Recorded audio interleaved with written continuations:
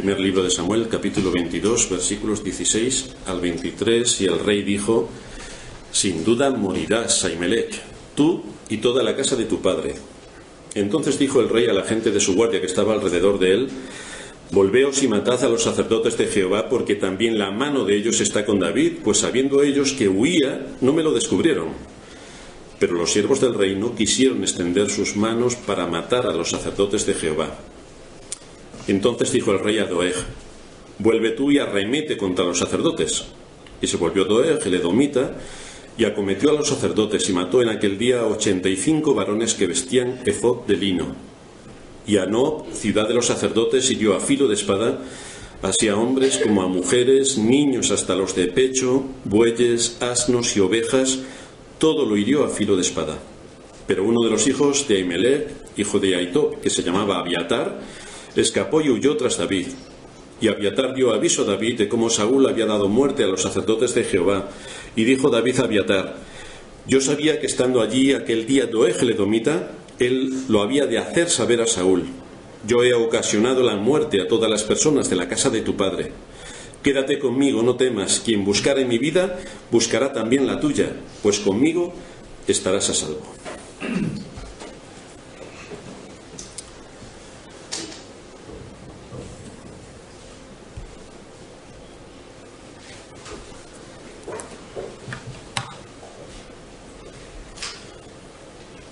La semana pasada acabamos comentando el impacto de una conciencia cauterizada y lo que puede hacer para provocar daño y dolor a sus semejantes, como es el caso de Doeg. Y esto es lo que también podemos ver a lo largo de la historia, en cada época donde ha habido gente que sin conciencia ha hecho daños a otros. En estos días podemos ver a los terroristas como tienen su conciencia cauterizada y no tienen ningún problema en matar a todos aquellos que se pongan delante de ellos. Esto nos muestra de qué manera la conciencia puede ser manipulada para que sea insensible a los actos que cometemos. Cuando uno repite una y otra vez algo en contra de la ley de Dios, la conciencia se cauteriza y ya no te da las alarmas que se precisan para que no hagas aquello que vas a cometer. La conciencia, dijimos, que es esa facultad con la que el Creador ha dotado a todo ser humano, por la que quedamos capacitados para juzgar nuestro estado y las acciones que cometemos delante de la ley. Y dijimos que el oficio de la conciencia era doble. En primer lugar, revelar nuestro pecado, y en segundo lugar, descubrir nuestro deber. Ese es el papel de la conciencia. Y hay una luz también doble que los hombres tienen para que la conciencia les ilumine en sus actos y en sus pensamientos. La razón natural, es decir, el sentido común, con el que todo el mundo también viene a este mundo, y ya sabéis que el sentido común es el menos común de los sentidos, pero es el sentido común, y también la revelación de las Escrituras, que es aplicada por el Espíritu Santo cuando ha renovado la mente y el entendimiento de aquellos a quienes llama a la vida. La conciencia no es suficiente por sí misma, es decir, cuando uno nace, no es suficiente la conciencia que trae para establecer un juicio sobre los actos. Necesita ser equipada, necesita ser moldeada, necesita ser alimentada para que mantenga una fidelidad a su Creador y a la ley que Dios ha establecido en el mundo como el gran legislador que Él es. Si la conciencia solo tiene el conocimiento de la naturaleza, como es el caso de todos los que vienen a este mundo, de los impíos, queda muy limitada por lo que puede hacer y a la vez queda expuesta al consenso social, porque la ley que marca la conciencia es lo que todo el mundo acepte. Entonces, lo que hace 100 años estaba muy mal, hoy está muy bien. Y la conciencia se ha adaptado para que aquello que era condenable hace 100 años, hoy no se condene, sino que se promueva y se saque a la luz.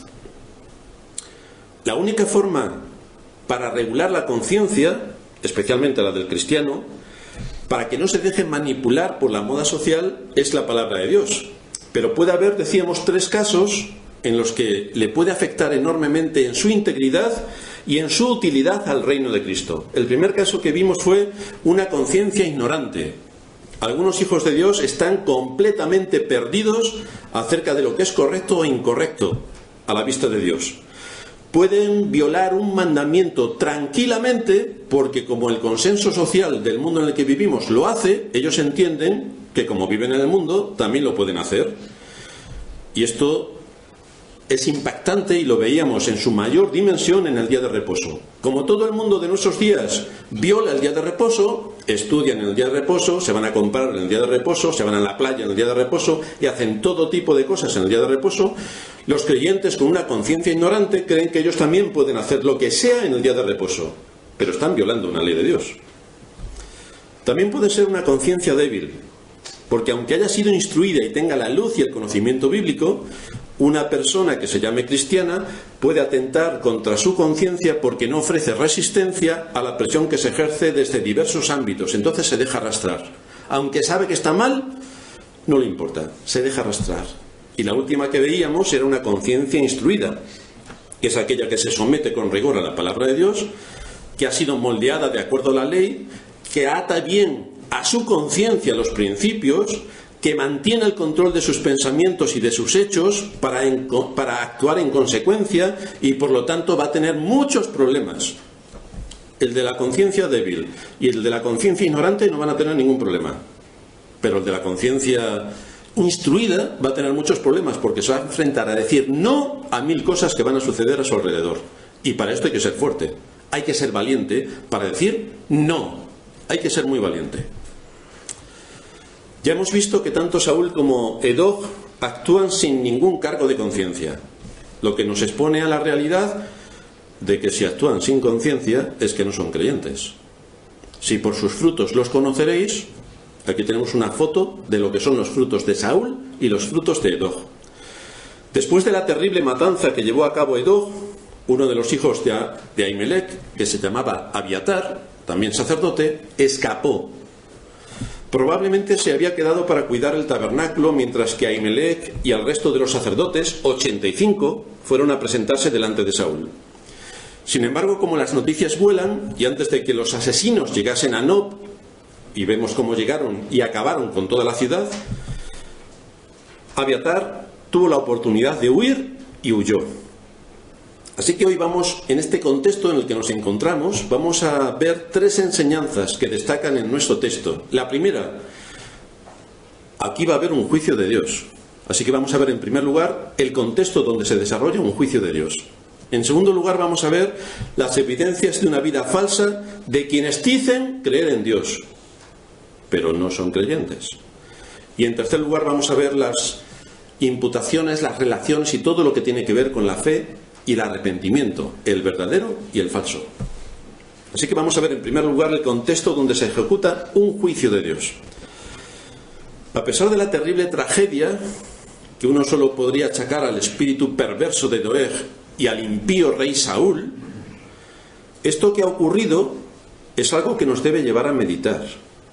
85 sacerdotes han muerto y una ciudad ha sido pasada a filo de espada, muriendo hasta los niños de pecho. ¿Por qué Dios permite estas cosas? Esto es lo primero que a cualquier ser humano empieza a cuestionar. ¿Por qué Dios, si es bueno, permite estas cosas? ¿Por qué? ¿Por qué? ¿Por qué? Esto lo que demuestra es una ignorancia colosal. ¿Por qué razón sus sacerdotes, que cumplen con rigor las responsabilidades de su oficio, resulta que son ejecutados? Esto es lo que se pregunta la gente del mundo, que solamente se acuerda de Dios ante sucesos como este, y la mayor parte del pueblo que se llama cristiano cuando se enfrenta a situaciones semejantes a esta. Sin embargo, aquí Dios, y todo lo tenemos que envolver desde el principio en que Dios es soberano, esta es la primera doctrina que debemos tener clara en nuestra mente. Dios es soberano y hace todas las cosas según el propósito de su voluntad. Y después, para que Dios se mueva en todo el contexto del mundo que ha creado, Dios utiliza su providencia. Aquí Dios está usando la maldad de estos hombres para cumplir sus juicios con la terrible matanza de Nob. Y en este sentido podemos observar algo importante en relación con esta tragedia, para que consideremos que Dios no da por inocente al culpable. Nos vamos a ir al primer libro de Samuel, capítulo 2, y vamos a empezar a ver cuáles son los antecedentes por lo que esto está ocurriendo. Hay una sentencia solemne que Dios había pronunciado contra la casa de Elí y que ahora se está ejecutando. Primer libro de Samuel, capítulo 2, versículo 27. Vino un varón de Dios a Elí y le dijo: así ha dicho Jehová, ¿no me manifesté yo claramente a la casa de tu padre cuando estaban en Egipto, en casa de Faraón?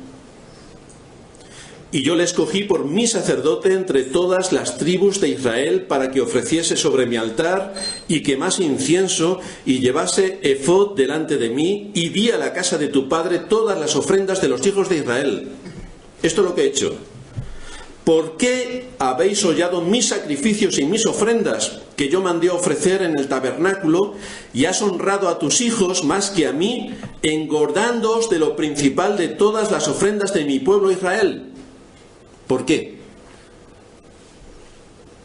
¿Por qué has hecho todo esto? Y todos sabemos lo que pasaba con los hijos de Elí, cómo cogían de todo lo mejor para ellos, cómo se acostaban con todas las mujeres de Israel y cómo hacían profanación absolutamente de todo. Por tanto, Jehová, el Dios de Israel, dice, atención, yo había dicho que tu casa y la casa de tu padre andarían delante de mí perpetuamente, mas ahora ha dicho Jehová, nunca yo tal haga, porque yo honraré a los que me honran, y los que me desprecian serán tenidos en poco. He aquí vienen días en que cortaré tu brazo y el brazo de la casa de tu padre, de modo que no haya anciano en tu casa. Aquí vemos el cumplimiento del juicio. Verás tu casa humillada, mientras Dios colma de bienes a Israel, y en ningún tiempo habrá anciano en tu casa. Lo repito una vez más. El varón de los tuyos que yo no corte de mi altar será para consumir tus ojos y llenar tu alma de dolor, y todos los nacidos en tu casa morirán en la edad viril. Y te será por señal esto que acontecerá a tus dos hijos, Ofni y Finés. Ambos morirán en un día. Esa será la señal de que yo voy a cumplir con este juicio. Así que nos queda bastante claro que Dios no pasa por alto las violaciones de su ley. Y en unos casos aplica la justicia de inmediato, en otros espera un poco y en otros aguarda hasta el día del juicio final. Porque Dios no está obligado a mantener un mismo método en todos los casos cuando los hombres atentan contra sus mandamientos. Lo que sí queda claro en nuestro texto es que el pecado alcanza. Tened por seguro que vuestro pecado os alcanzará. Tened por seguro. Las advertencias se han escuchado a través de los medios de gracia que Dios ha dado y se han cerrado los oídos. Primer libro de Samuel, capítulo 3, versículo 11. Contextualizamos más el juicio. Primera de Samuel 3:11.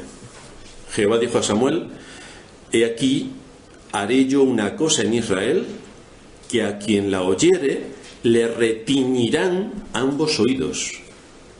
Aquel día yo cumpliré contra Elí todas las cosas que he dicho sobre su casa, desde el principio hasta el fin. Y le mostraré que yo juzgaré su casa para siempre por la iniquidad que él sabe, porque sus hijos han blasfemado a Dios y él no los ha estorbado. Por tanto, yo he jurado a la casa de Elí que la iniquidad de la casa de Elí no será expiada jamás, ni con sacrificios ni con ofrendas. Pobrecitos los sacerdotes de Nob, que murieron. Pues aquí vemos las causas. Aquí vemos las causas. Si pasamos por alto esta declaración solemne de las Escrituras, podemos pensar que esta terrible matanza ha sido por casualidad o solo porque eran muy malos Saúl y Doeg. Pero no es esto todo lo que aparece en escena. Es que Dios usó la maldad de Saúl y la maldad de Doeg para ejecutar sus juicios. Todo cuanto ocurre en el mundo está conectado a alguna situación por la que el hombre ha atentado contra Dios y su palabra. Y Dios envía juicios.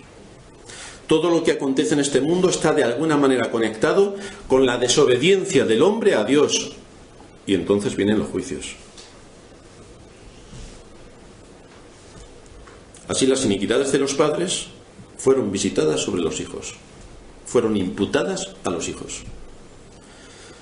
A esto nos llama la atención el segundo mandamiento cuando dice: yo soy Jehová tu Dios, fuerte y celoso, que visito la maldad de los padres sobre los hijos hasta la tercera y cuarta generación de los que me aborrecen. Y aborrecer a Dios no es tener enemistad contra Dios, es escuchar sus mandamientos y no obedecerlos. Eso es aborrecer a Dios. Es escuchar lo que te dice y no hacer ni el más mínimo caso. es mirar hacia otro sitio cuando Dios te dice dónde tienes que estar y dónde tienes que andar. Tenemos que recordar a la vez que Dios no castiga a alguien que es inocente por la culpa de otro.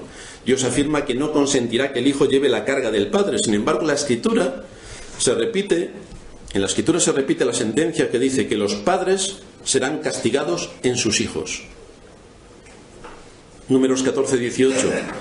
Jehová, tardo para la ira y grande en misericordia, que perdona la iniquidad y la rebelión, aunque de ningún modo tendrá por inocente al culpable, que visita la maldad de los padres sobre los hijos hasta los terceros y hasta los cuartos. Jeremías 12:17.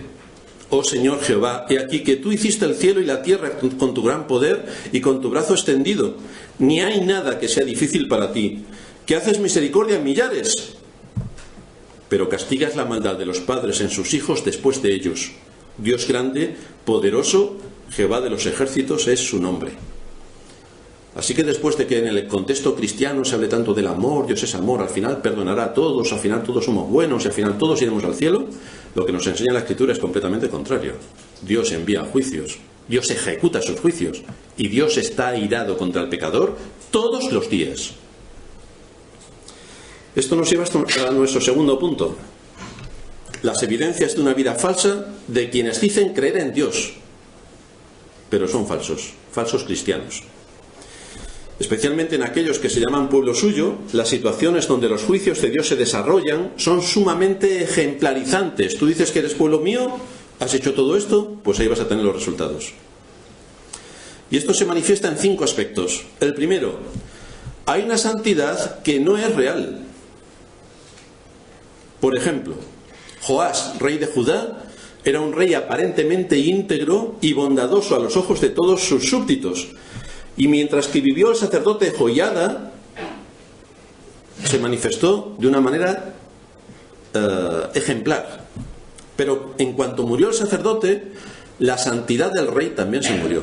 Dice el libro segundo de Crónicas, capítulo 24, versículo 2, que hizo Joás lo recto ante los ojos de Jehová todos los días de Joiada el sacerdote. No todos sus días, no, todos los días de Joiada. Pero ¿qué ocurrió tras la muerte de este hombre de Dios?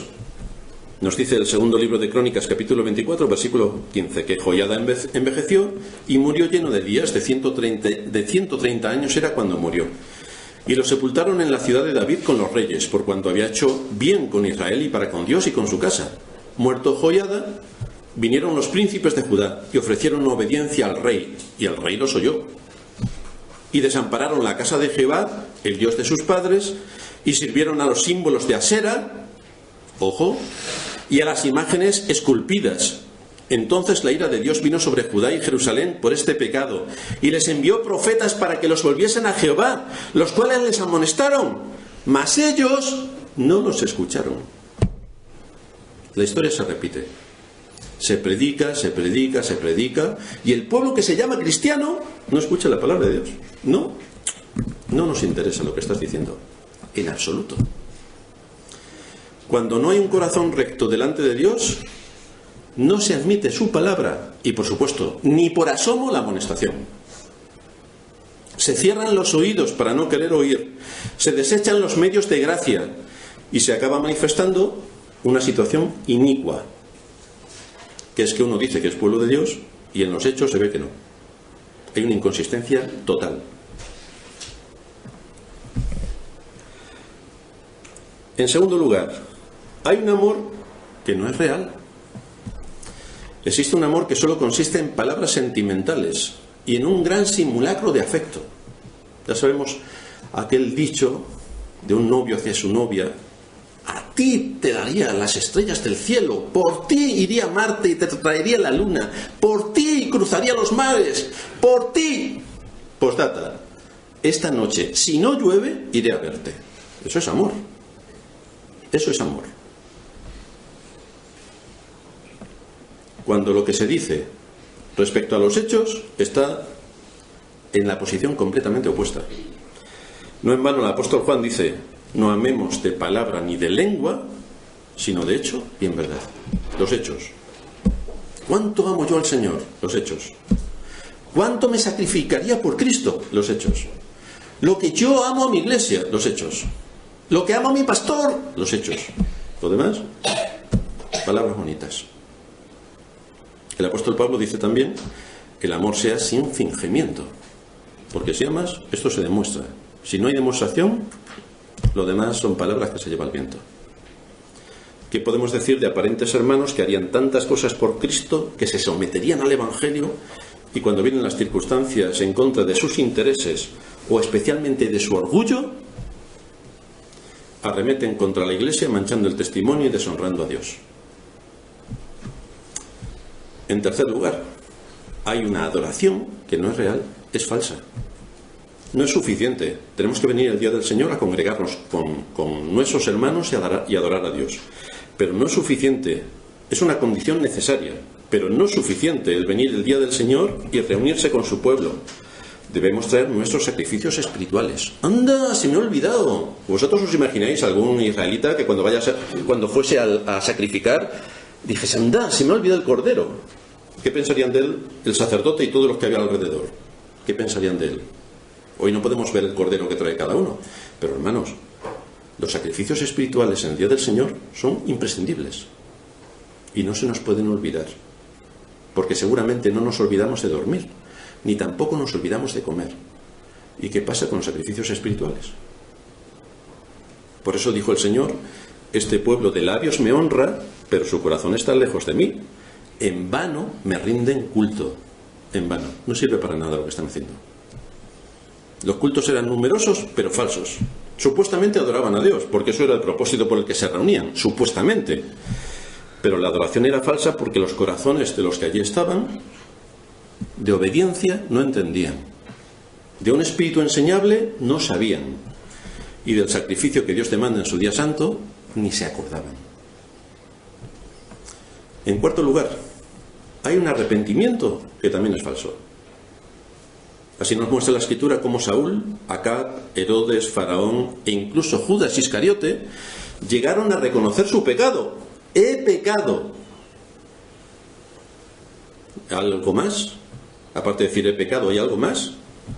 Solo tenían remordimiento, pero no tenían arrepentimiento. ¿Cuál es la diferencia? Al verdadero arrepentimiento le acompaña el deseo sincero y el firme propósito de reparar hasta donde sea posible el mal que ese pecado ha causado y corregir la vida y el camino. Pero si esto no ocurre, aquí estamos hablando de remordimiento, la conciencia, que sigue hablando, pero no hay arrepentimiento. Si no hay hechos que evidencien el arrepentimiento, tampoco hay ninguna evidencia de salvación, ninguna. Estas son palabras bastante severas, pero es esto lo que nos expone la Escritura para que despertemos, si estamos en un letargo semejante. De hecho, ni en Saúl ni en Doeg vemos el más mínimo atisbo de que se arrepintieran de lo que hicieron. A lo largo de toda su vida y de la enseñanza bíblica que nos muestra su historia, no hay ningún atisbo de arrepentimiento. En quinto lugar, hay una fe falsa.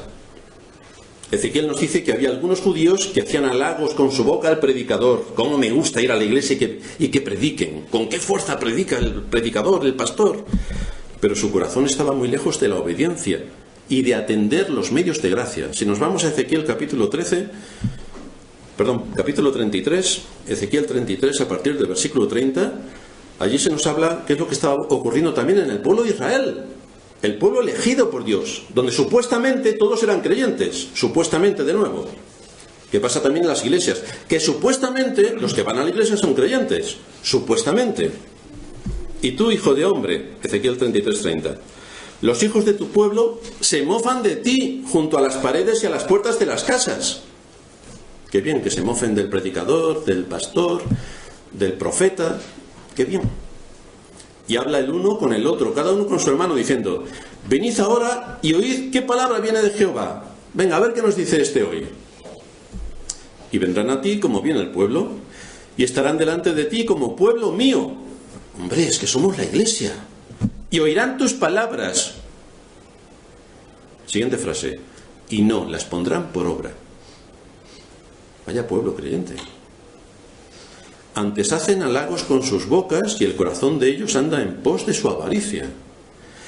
Y aquí que tú eres a ellos como cantor de amores, hermoso de voz y que canta bien, y oirán tus palabras. Qué bien nos ha predicado hoy, qué rigor, con qué profundidad, pero no las pondrán por obra.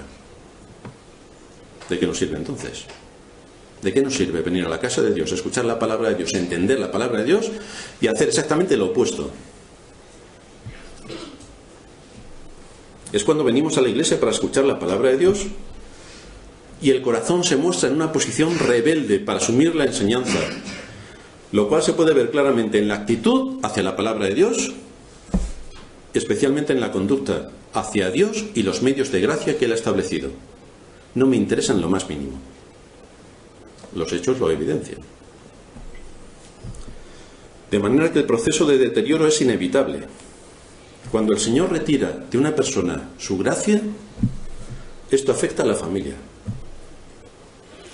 Cuando una persona que se llama creyente no ejerce su papel ni su responsabilidad de acuerdo a la enseñanza bíblica y no asume que su conciencia sea moldeada de manera que su conducta evidencia las señales de un alejamiento de Dios, esto se transmite a la familia. Los hijos sienten sobre sí las consecuencias de este grave pecado de los padres, de desobediencia y de tener en poco la palabra de Dios, de despreciar los medios de gracia y de poner verde al que les canta la predicación. Con lo cual, Dios envía un juicio. Son abandonados en su ceguera, en los mismos caminos que sus padres. Y así se ejecuta el juicio de Dios. Isaías anunció al rey Ezequías que sus hijos serían privados del reino y deportados a tierra extraña a causa de la desobediencia continua que manifestaban. ¿No os lo queréis creer? Isaías capítulo 39, versículo 6. He aquí vienen días en que será llevado a Babilonia todo lo que hay en tu casa. Has desobedecido, sigues insistiendo, y lo que tus padres han atesorado hasta hoy, ninguna cosa quedará, dice Jehová. Y Dios ejecutó sus juicios sobre Israel. De tus hijos que saldrán de ti y que habrás engendrado, tomarán y serán eunucos en el palacio del rey de Babilonia. Así que nos encontramos que si hay desobediencia a Dios o a su palabra y a los medios de gracia que Él ha establecido, el juicio de Dios sobre esa persona y sobre su familia caerán, sin ninguna duda. La naturaleza de la fe falsa no solamente es diferente de la fe genuina en duración, sino también en su clase y en su naturaleza. El carácter de la fe falsa, como la que aquí demuestra Saúl, quien aparentemente pertenecía al pueblo de Israel, y sus hechos decían lo contrario, se detecta por la ausencia de tres cualidades que distinguen a la fe salvadora. Y la primera de ellas es que la unión con Cristo tiene prioridad sobre todos los demás compromisos. ¿Cuál es mi responsabilidad delante de Cristo, delante de su pueblo y delante de todo lo que conlleva la salvación que Él me ha dado? En cuanto empezamos a poner prioridades por encima de esta, ahí ya empiezan las cosas a tambalearse, porque mi prioridad no es Cristo. Tengo otras prioridades en las que Cristo ocupa el lugar 28.527, cuando tenga tiempo, cuando me venga bien y cuando me apetezca, es decir, nunca. Pero son buenas excusas para decir que nunca. Los principios establecidos en la mente, cuando uno está en unión con Cristo y tiene la fe salvadora, se asumen hasta sus últimas consecuencias y en todas las áreas en las que hay que actuar. Y esto requiere, una vez más, valor, esfuerzo y sacrificio, que son exactamente las tres cosas que el hombre no quiere hacer, ni la mujer, me refiero en términos genéricos. No, valor, ¿para qué? ¿Para decir no y que luego tenga problemas? No, mejor digo sí. Esfuerzo, con lo cansado que estoy, me voy a esforzar ahora. Sacrificio, que yo me tenga que sacrificar en mi tiempo, en mis recursos. Sacrificio, nada de nada. Pues esa es la evidencia de una fe que no es salvadora, porque tienes otras prioridades en las que Cristo no ocupa ningún lugar. Dice el Señor en Lucas 8:13, hablando sobre la parábola del buen sembrador y explicándola. Los de sobre la piedra son los que, habiendo oído, reciben la palabra con gozo. Estos son lo que me gusta, las doctrinas de la gracia. Estas son para mí, por fin. Pero no tienen raíces. creen por algún tiempo y en el tiempo de la prueba, adiós, se apartan. Pero tú no decías, pero es que mi caso es particular, porque a nadie le ocurre, de los 7.000 millones de personas del mundo, lo que a mí me ocurre. Yo soy especial. Fíjate las cosas que a mí me ocurren, a nadie más le ocurre. Es decir, el hermano que tiene enfrente posiblemente le pasen 7 veces más cosas, pero es discreto y no dice nada. Pero hay otro que dice todo y cree que él solamente en el mundo le pasan esas cosas. Muchos de los que se llaman creyentes creen que no se encuentran en esta situación que está aquí exponiendo el Señor en la parábola del sembrador, pero realmente pertenecen a ese tipo de personas. Quieren vivir a su manera, quieren pensar a su manera, quieren actuar a su manera, les importa un comino los medios de gracia, y desde luego los que tienen que ver con la iglesia, el pastor, los que menos. Cuanto más lejos, mejor. Pero soy cristiano. En cambio, la fe genuina se caracteriza por la convicción de la verdad del Evangelio y el compromiso con Cristo y el Evangelio, hasta la muerte. Esto requiere sacrificio. Porque si no hay compromiso, no hay vida. El pastor Portillo nos contó en una de sus predicaciones hace 4 o 5 años, cuando estuvimos en unas conferencias, que estaba la iglesia reunida y entonces entraron unos terroristas con las cabezas tapadas, con ametralladoras en sus manos, y dijeron: vamos a matar a todos aquellos que digan que son cristianos, así que los que no digan que son cristianos pueden salir y escaparán con su vida, y los que realmente sean cristianos que se queden.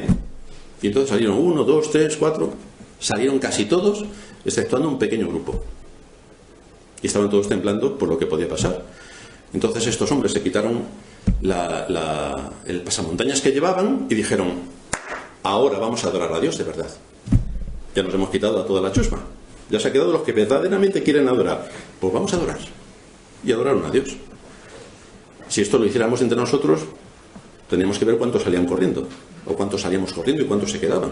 Pero el hecho es que es una buena ilustración para saber, ¿realmente venimos a adorar a Dios con todo lo que eso implica, aunque suponga la muerte? ¿O que yo soy creyente cuando puedo, cuando me viene bien, porque todo el mundo dice que es creyente, pero otra cosa es que yo tenga que morir? Eso no. Pues una buena experiencia. Por eso dice el Señor en Lucas 14:25 que grandes multitudes iban con él, y volviéndose les dijo: grandes multitudes, ¿quién no quiere que te den pan y pescado y muchas más cosas para llenar tu vientre? ¿Quién no quiere todas las bendiciones terrenales? Pero él les dijo: si alguno viene a mí y no aborrece a su padre y madre y mujer e hijos y hermanos y hermanas, y aún también su propia vida, no puede ser mi discípulo. Si tus prioridades son otras muchas aparte de Cristo, estás perdido. Te debes cuestionar realmente tu fe y tu salvación, porque hay otras prioridades por encima de tu servicio y la honra al nombre de Cristo. En segundo lugar, la santidad también caracteriza a la fe salvadora. La santidad no significa que una persona sea perfecta, y por eso sea santo en el sentido católico romano. La santidad implica que no elegimos de entre todos los mandatos que Cristo nos da el que nos interesa, y el resto los dejamos aparte. Es que de entre los 28.000 mandatos que Dios me da en su palabra y principios, tengo 3. Bueno, sé que no hago 27.927, pero con estos 3 ya maquillo el resto. No se nos da a elegir. Los mandatos de Cristo son los mandatos de Cristo, y son todos o ninguno. No es yo escojo este que más me conviene, son todos o ninguno. Si queremos ser santos, debemos estar dispuestos a recibir todas las palabras de Cristo como verdadera, y nos sometemos a todos los mandatos de Cristo, todos. Esto hizo Abraham cuando se le dijo que sacrificase a su hijo. Y esto es lo que la Biblia demanda: obediencia, obediencia. El Salmo 119 ilustra de manera muy notable este rasgo de la fe. Dice en el versículo 2: bienaventurados los que guardan tus testimonios y con todo el corazón te buscan, pues no hacen iniquidad los que andan en tus caminos. Tú encargaste que sean muy guardados tus mandamientos. Ojalá fuesen ordenados mis caminos para guardar tus estatutos. Entonces no sería yo avergonzado cuando atendiese a todos tus mandamientos. El asunto es que si no atiendes a todos los mandamientos y principios de las Escrituras, si no tienes un espíritu enseñable para corregir lo deficiente, es evidente que vas a ser avergonzado. Es evidente. Porque tarde o temprano, o tu pastor o alguno de tus hermanos te va a amonestar respecto a una actitud o conducta fuera del marco de las Escrituras. Y entonces es cuando viene lo más divertido.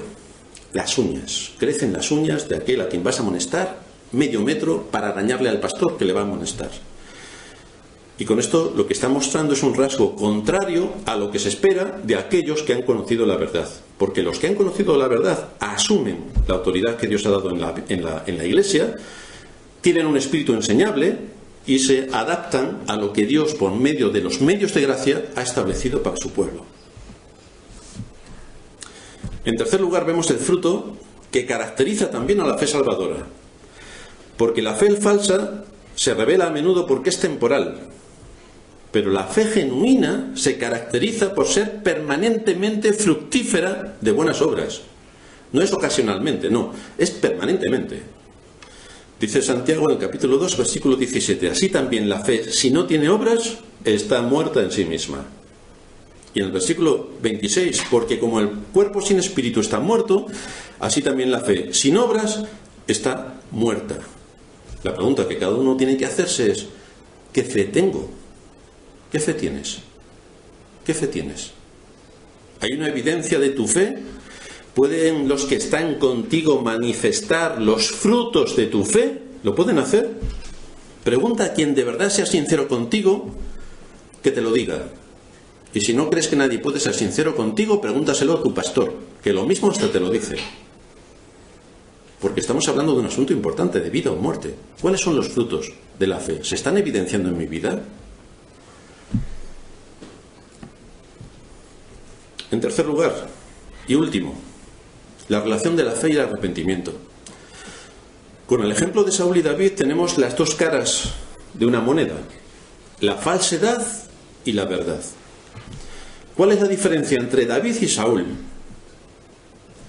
Para empezar, los dos son pecadores, los dos nacieron en pecado, los dos fueron criados más o menos en un contexto parecido porque pertenecían al pueblo de Israel. Los dos supuestamente son creyentes. Pero rápidamente vemos que David asumió los medios de gracia que Dios puso ante él. Cuando fue corregido, exhortado o amonestado por el profeta, actuó en consecuencia, se sometió a los medios de gracia. Y vemos, en cambio, que Saúl, cuando Samuel le dice que no debe sacrificar hasta que él llegue, a Samuel le importa un comino y a Saúl le importa un comino y le hace lo que él quiere, mata a los enviados de Dios y no tiene ningún cargo de conciencia, elimina todos los medios de gracia y está tan tranquilo, con lo cual encontramos obediencia y respeto a Dios, a su palabra y a los medios de gracia por parte de David, y desprecio absoluto a Dios y su palabra y los medios de gracia por parte de Saúl. Esa es la diferencia, casi nada, pero no tiene que indagar para ver exactamente en qué situación se encuentra cada uno. La pregunta, por tanto, es ¿qué debo hacer para salir de la situación en la que puedo estar? Si no atiendo a Dios, si no atiendo su palabra, si no atiendo a los medios de gracia que Él me ha dado, estoy en una situación bastante delicada. ¿Qué es lo que tengo que hacer? La Escritura dice, arrepiéntete, arrepiéntete. El arrepentimiento se expresa con dos palabras griegas en las Escrituras. Una significa un cambio de mente acerca de Dios y del pecado. Y la otra significa volverse del pecado hacia Dios, someterse a Dios, obedecer a Dios, seguir sus mandamientos. Dios no nos ha dejado solos, nos ha dado los medios de gracia para que nos volvamos a Él. Hoy estamos en el día de reposo, congregados juntamente con nuestros hermanos, adorando y alabando al Dios eterno y recibiendo a través de un medio de gracia que es la predicación, la enseñanza y el conocimiento que necesitamos para saber dónde estamos, para cuestionar nuestra vida, para someternos a un análisis de lo que somos, de lo que pensamos, de lo que hacemos, nuestra actitud y nuestra conducta. Y somos reprendidos, somos exhortados para saber en qué situación estamos y qué es lo que tenemos que hacer.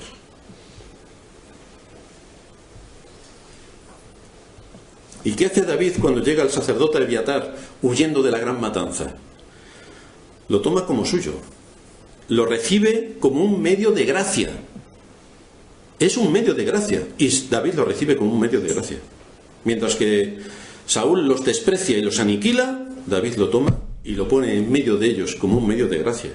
Quiere ser sensible a la palabra de Dios, quiere tener entre los suyos el consejo bíblico, quiere saber, conocer y aplicar aquello que Dios le demanda, y muestra una disposición atenta, un espíritu obediente y enseñable a los medios que Dios ha establecido.